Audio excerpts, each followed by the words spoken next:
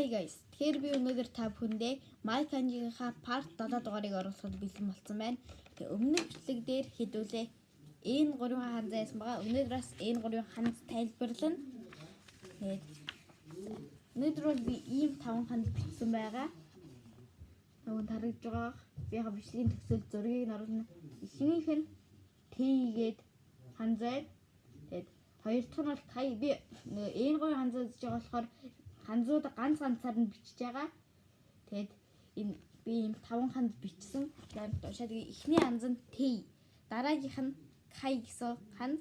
Тэгээд гурав дахь нь Erabu. Тэгээд дөрөв дахь нь Kome. Тав дахь нь Jitsu. Ийм утгатай. Би одоо та бүхэн зургийг нь оруулаад хай. Тэгээд би та бүхний хардсанчлан би 5 даваар ханзаа бичиж байгаа. Та бүхэн тэгээд миний шортыг үзээд доор комментоо бичээд лайк сабаа дараад өгөөрэй. За тэгээд дараагийн бичлэгээр уулзцгаая.